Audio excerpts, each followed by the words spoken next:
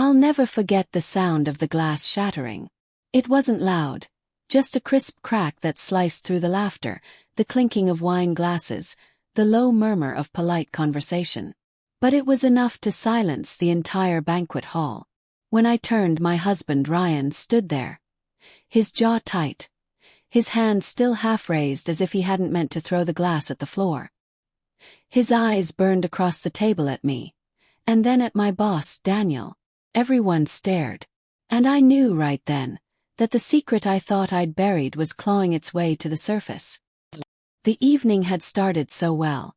It was our company's annual holiday gala, a big event hosted by the firm I worked for, held at a downtown hotel ballroom decked in gold and silver. Ryan had come along reluctantly, wearing the suit I'd begged him to put on. He never liked these events, called them corporate circuses. Still, he smiled for me, held my hand when we walked in. I remember thinking how lucky I was to have a husband who supported me, even when he didn't enjoy it. Everything was perfect until Daniel showed up. My boss had that easy charm that made people gravitate toward him. The kind of man who made you feel like you were the only person in the room. I'd been working under him for 2 years, and though he was demanding, he'd helped me rise quickly. Some said he favored me.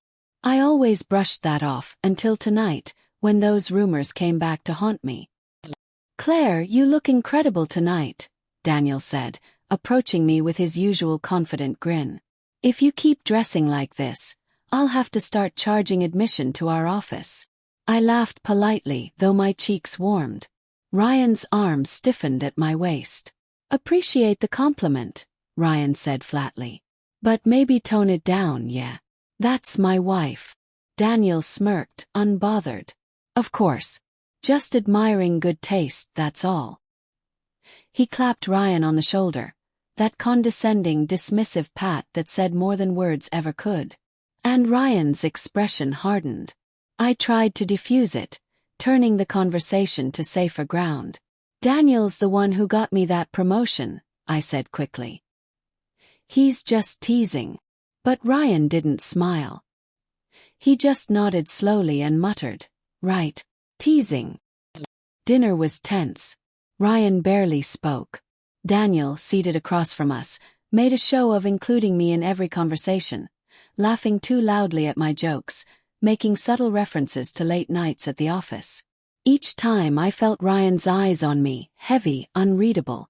When dessert arrived, someone mentioned Daniel's recent divorce. "Yeah," one of my co-workers said, lowering her voice. Apparently his wife walked out after catching him with a younger woman from work. Daniel chuckled. "Rumors. My ex couldn't handle my schedule, that's all." There was laughter, awkward and forced.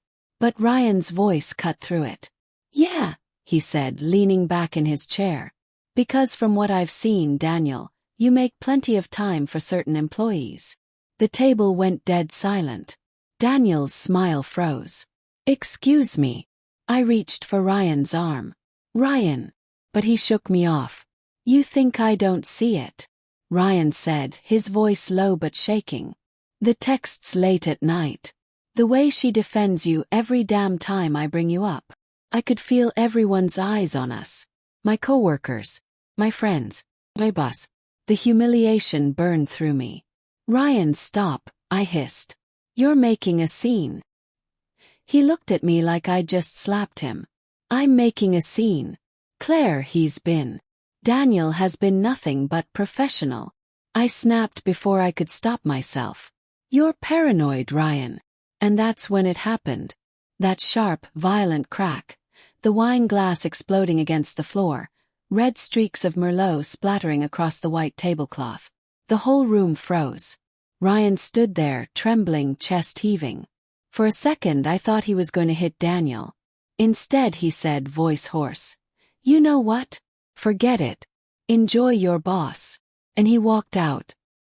I didn't go after him. Not at first. I was too humiliated, too angry. I told myself he'd had too much to drink, that he'd embarrassed me in front of everyone. Daniel put a hand on my shoulder and said softly, "Let him cool off. He'll come around."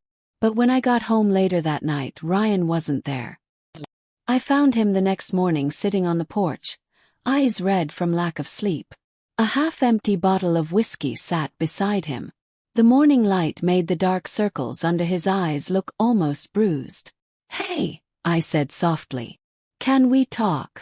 He didn't look up. "You defend him again and I'm walking away, Claire." I swallowed. "Ryan, I didn't cheat on you. You have to believe me." "Then tell me the truth," he said, finally meeting my eyes. "Why did Daniel text you last week at 1 a.m.? Why does he call you Claire Bear? Why did you delete your messages?" My heart lurched. He'd seen them. The texts I thought I'd deleted. I tried to steady my voice. He was going through his divorce. He just needed someone to talk to. Someone to talk to. Ryan's laugh was dry, hollow. "You're his subordinate, Claire. You don't text your boss at 1 in the morning unless it's work-related, or something worse." I didn't answer, because deep down I knew he was right. Daniel had confided in me late at night, first about his wife, then about loneliness, then about how rare it was to find someone who understood him. I told myself it was harmless, emotional support between colleagues. But maybe it wasn't harmless. Ryan rose to his feet. "Tell me you didn't cross the line. Just tell me, and I'll believe you." I wanted to say no. I wanted to swear it on everything that mattered. But the silence stretched too long, and that was answer enough. Ryan's shoulders slumped. "God," he whispered. "I knew it. I just didn't want to believe it." "Ryan, it wasn't." I started, but he raised a hand. "Don't," he said quietly. "Please don't insult me by pretending it was nothing." For days we barely spoke. Ryan slept in the guest room. I threw myself into work, avoiding the pitying looks from co-workers who'd witnessed the scene. Daniel acted as though nothing had happened, but his texts became more frequent, more desperate. "Don't let him guilt you. We didn't do anything wrong. You can't let your husband control you." The words made me feel sick. Because for the first time, I realized Daniel wasn't the charming mentor I'd thought he was. He was manipulative. He'd used me, blurred boundaries, fed my ego until I couldn't see the damage it caused. Ryan had seen it long before I did. One night, I found Ryan packing a suitcase. My chest tightened. "Where are you going?" He didn't look at me. "To my brother's. I need space." "Ryan, please," I said, stepping forward. "I made a mistake. I let things get too personal with Daniel, but I didn't sleep with him. You have to know that." He paused, hands still on the zipper of the bag. "Do you love him?" The question hit harder than I expected. Because I didn't know the answer. Not anymore. Ryan gave a small, bitter smile. "That's all I needed to know." He left that night. 2 weeks later I quit my job. I couldn't stand walking past Daniel's office anymore. Couldn't stand the whispers. I sent him a single email. "This has gone too far. Don't contact me again." He didn't reply. But it didn't matter. The damage was already done. Months passed. Ryan didn't come home. He filed for separation quietly, with no screaming or fighting. Just a cold, simple decision. The paperwork arrived one morning in a plain white envelope. I sat on the floor, holding it, trying to process how quickly a marriage could dissolve. Not with betrayal in a hotel room, but with 1,000 little moments of misplaced trust. That night I texted him. "I wish I could take it all back. Not the messages. The way I made you feel small for being right." He never responded. But the next morning he came by to collect some things. For a moment it felt almost normal. Him standing in the doorway, looking around the living room like he was trying to remember if it ever felt like home. Before he left he said quietly, "You know, Claire, the worst part wasn't what you did. It was watching you defend the man who disrespected me. Like I was the enemy, not him." I didn't have a response.